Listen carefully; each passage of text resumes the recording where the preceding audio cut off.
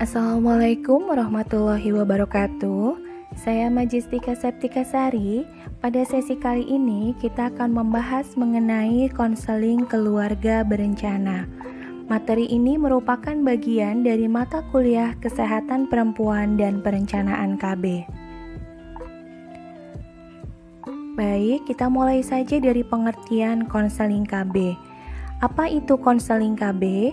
Konseling KB adalah sebuah percakapan antara seorang pemberi pelayanan KB atau konselor dengan klien tentang KB atau keluarga berencana. Termasuk di dalamnya adalah membahas tentang tujuan reproduksi, kebutuhan, keadaan, pilihan, dan hal yang menjadi perhatian atau kekhawatiran klien terkait dengan kesehatan reproduksi. Tujuan dari konseling KB yaitu membantu klien dalam membuat keputusan serta mendukung keputusan klien, di mana keputusan itu diambil setelah klien mendapatkan informasi yang cukup sebelumnya. Selain itu, klien dapat menggunakan metode kontrasepsi sesuai dengan tujuan reproduksi, kebutuhan, keadaan, dan pilihannya. Dengan konseling KB juga dapat menyediakan jawaban atau penyelesaian masalah klien terkait dengan metode kontrasepsi yang digunakan atau terkait dengan kesehatan reproduksi klien.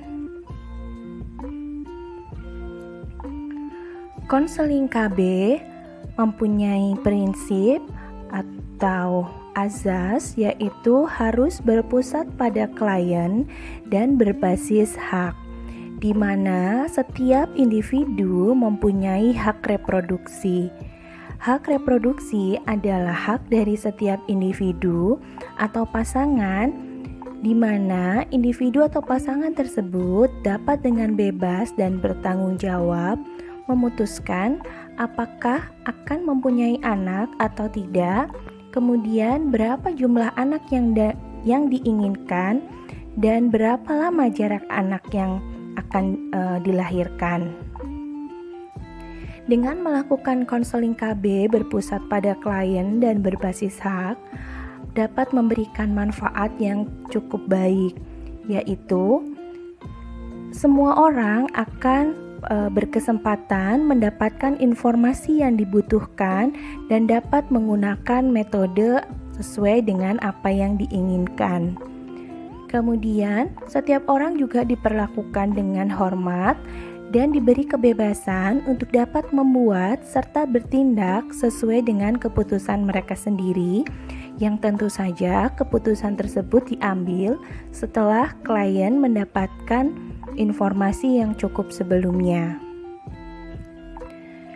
Dengan pemberian informasi yang cukup, aksetor KB juga dapat siap menghadapi efek samping dan memahami hal-hal yang membahayakan yang harus diwaspadai selama menggunakan metode kontrasepsi pilihannya. Dengan meningkatnya kepuasan dari klien, maka penyedia layanan juga akan mendapatkan kepercayaan dari klien. Selain itu, apabila klien puas, biasanya klien akan cenderung membagikan dengan komunitasnya.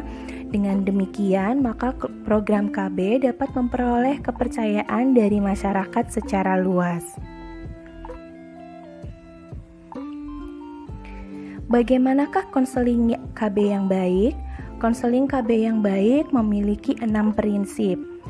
Yang pertama yaitu konselor harus memperlakukan setiap klien dengan rasa hormat tanpa memandang status klien, tidak melihat latar belakang klien baik secara sosial ekonomi, pendidikan, usia, dan lain sebagainya.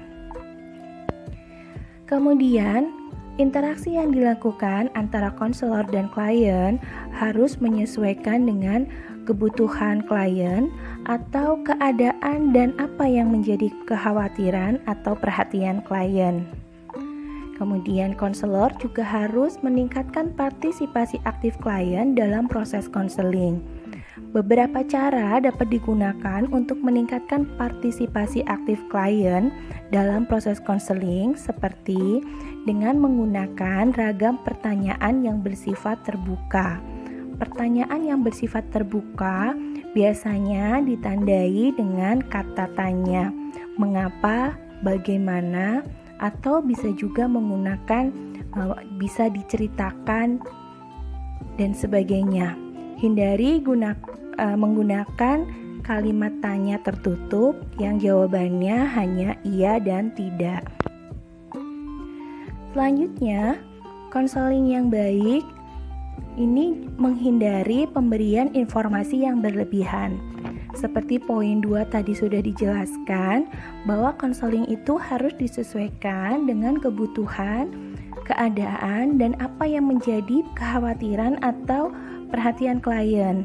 Konselor tidak perlu memberikan semua informasi yang berlebihan yang tidak dibutuhkan klien, karena hal itu justru akan membebani klien dan akan sulit diingat oleh klien, justru akan menjadi bias pada informasi-informasi penting yang harus klien pahami. Selanjutnya, apabila klien menginginkan suatu metode kontrasepsi, penyedia layanan KB atau konselor harus menyediakan ragam jenis pilihan metode kontrasepsi. Jangan sampai pada saat klien sudah memutuskan ingin menggunakan metode KB tertentu tetapi tidak tersedia, sehingga akan mengurangi kepuasan dari klien.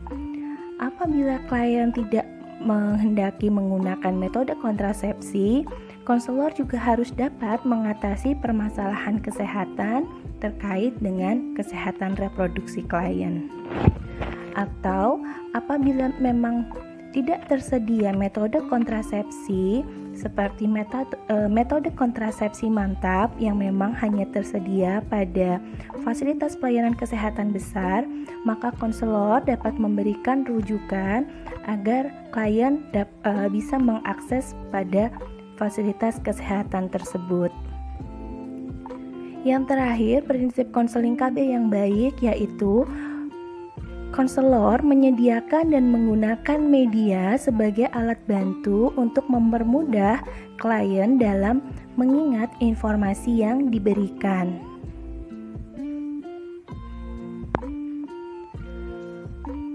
Selanjutnya akan kita bahas pengetahuan esensial konselor. Hal-hal ini adalah hal dasar yang harus dipahami oleh seorang konselor KB. Yang pertama, seorang konselor KB harus memahami tentang pilihan berbagai metode kontrasepsi, termasuk memahami bagaimana cara kerjanya, seberapa efektifkah metode tersebut, kemudian kapan klien dapat memulai menggunakannya, lama penggunaan metode, dan kapan kembalinya kesuburan apabila klien menghentikan metode tersebut. Kemudian bagaimana cara menggunakan, apakah perlu adanya keterlibatan pasangan, kapan waktu kunjungan ulang, dan apakah metode tersebut dapat memberikan perlindungan ganda. Jadi, konselor harus memahami setiap pilihan metode kontrasepsi. Selain itu, konselor juga harus dapat mengenali klien. Karena klien yang datang ke konselor KB memiliki karakteristik yang berbeda-beda. Dapat dibedakan dari alasan kunjungan, kemudian tujuan reproduksi, dan apakah klien termasuk ke dalam klien dengan kebutuhan khusus. Mengenali klien akan kita bahas lebih lanjut. Mengenali klien berdasarkan alasan kunjungan bisa kita bagi menjadi 4, yaitu klien baru yang belum memiliki pilihan. Jadi klien yang belum menggunakan metode kontrasepsi datang tetapi sama sekali belum memiliki gambaran tentang metode yang diinginkan. Atau ada juga klien baru yang sudah memiliki pilihan kontrasepsi yang akan digunakan. Jadi datang sudah dengan keinginan untuk menggunakan metode kontrasepsi tertentu. Selanjutnya ada klien kunjungan ulang tanpa ada masalah, jadi datang hanya untuk melakukan kunjungan ulang. Seperti klien metode kontrasepsi suntik, datang hanya untuk mendapatkan suntikan, atau akseptor KB pil, datang hanya untuk mendapatkan persediaan pil. Dan yang terakhir yaitu klien kunjungan ulang dengan masalah. Jadi klien yang datang melakukan kunjungan ulang baik untuk mendapatkan suplai seperti tadi, mendapatkan paket pil yang baru, tetapi datang juga dengan adanya masalah yang harus bersama-sama diselesaikan dengan konselor. Biasanya masalah yang sering muncul adalah masalah terkait dengan efek samping. Namun tidak menutup kemungkinan konselor harus bisa menyelesaikan masalah lain klien yang berkaitan dengan kesehatan reproduksinya. Selanjutnya, mengenali klien berdasarkan dari tujuan reproduksi. Berdasarkan tujuan reproduksinya, klien dibagi menjadi 3 kriteria, yaitu menunda, menjarangkan, dan mengakhiri. Menunda biasanya adalah klien yang belum memiliki anak, namun masih belum menginginkan untuk punya anak. Sedangkan klien dengan tujuan menjarangkan adalah klien yang sudah memiliki anak dan memiliki rencana untuk memiliki anak kembali, namun dalam jangka waktu tertentu. Di sini seorang konselor juga harus memberikan edukasi kepada klien bahwa jarak minimal kelahiran sekarang dengan kelahiran berikutnya adalah 2 tahun, di mana waktu 2 tahun itu merupakan waktu untuk ibu recovery, sehingga apabila terjadi kehamilan itu dapat berjalan dengan baik dan sehat. Klien berdasarkan tujuan reproduksi mengakhiri reproduksi biasanya adalah klien yang sudah memiliki anak dalam jumlah yang banyak, kemudian tidak menginginkan memiliki anak kembali. Klien berdasarkan kebutuhan khusus dibagi menjadi klien muda. Ini biasanya klien remaja, baik yang sudah menikah maupun belum menikah. Kemudian klien berumur 40 tahun, klien pada saat masa hamil atau postpartum. Jadi, konseling KB tidak hanya diberikan kepada ibu yang tidak hamil atau ibu yang sudah melahirkan, tapi juga dapat diberikan pada saat hamil atau postpartum. Konseling KB pada saat hamil ini akan memungkinkan ibu untuk dapat memilih metode kontrasepsi apa yang nanti pada saat setelah persalinan dapat segera dipasang. Begitu juga pada saat postpartum. Konseling KB pada saat postpartum biasanya dilakukan bersamaan dengan kunjungan nifas atau kunjungan neonatus.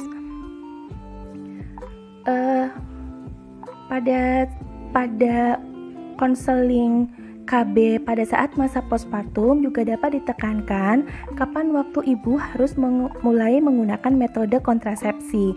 Biasanya jika ibu menggunakan metode kontrasepsi amenorelaktasi atau menyusui eksklusif, kesuburan akan kembali setelah 6 bulan. Sedangkan apabila ibu tidak menyusui secara penuh, kesuburan biasanya akan kembali setelah 6 minggu. Konselor juga harus menjelaskan kapan ibu harus mulai menggunakan metode kontrasepsi jika sebelumnya menggunakan metode amenorelaktasi. Jadi, konseling KB dapat dilakukan pada saat masa hamil maupun masa postpartum. Yang tidak boleh adalah pada saat masa intranatal atau pada saat persalinan. Karena kalau konseling dilakukan pada saat persalinan dengan kondisi klien yang sedang dalam tekanan, bisa saja akhirnya keputusan yang diambil menjadi tidak tepat. Konseling KB juga bisa diberikan kepada pasien dengan pasca abortus dan pasien dan klien dengan HIV/AIDS. Nah, dengan klien dengan HIV/AIDS ini, selain metode kontrasepsi, konselor juga harus memberikan konseling terkait dengan perlindungan ganda.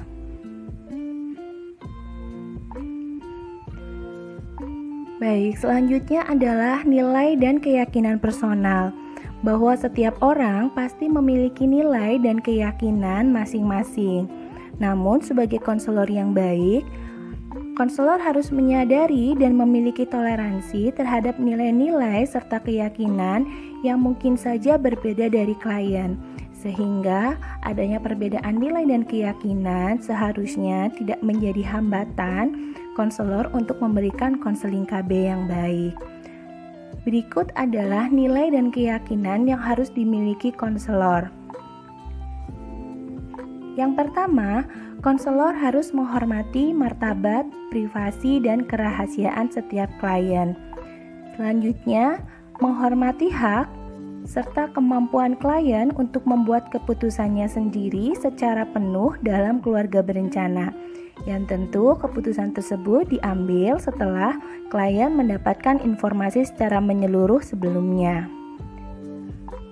Konselor juga harus memiliki keyakinan terhadap kesetaraan dan non-diskriminasi, sehingga memperlakukan semua klien dengan sama tanpa memandang status, usia, sosial ekonomi, dan sebagainya.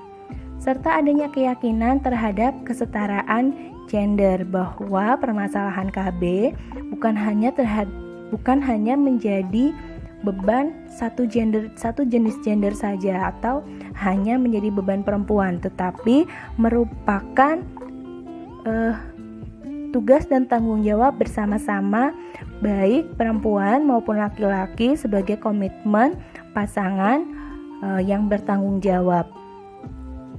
Kemudian adanya keyakinan bahwa konseling adalah proses pertukaran antara dua ahli. Jadi, konselor adalah ahli dalam bidang teknis metode kontrasepsi, sementara klien adalah ahli dalam hal mengetahui keinginannya, keadaannya, kebutuhannya, pilihannya, serta hal-hal apa yang menjadi pertimbangan dan kekhawatirannya terkait dengan kesehatan reproduksi.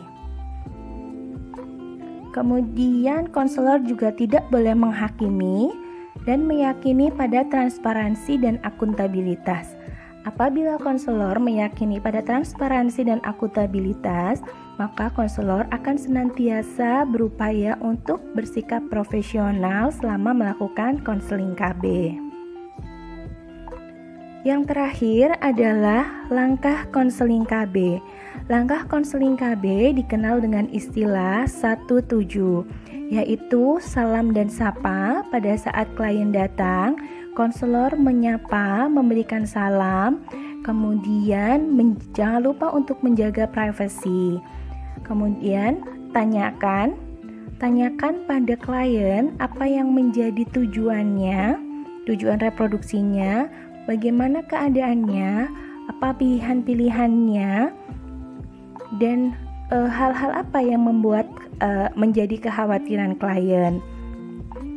Selanjutnya, konselor dapat menguraikan metode kontrasepsi yang mungkin dapat memenuhi harapan-harapan klien. Jadi diuraikan metode-metode apa saja yang mungkin cocok untuk klien.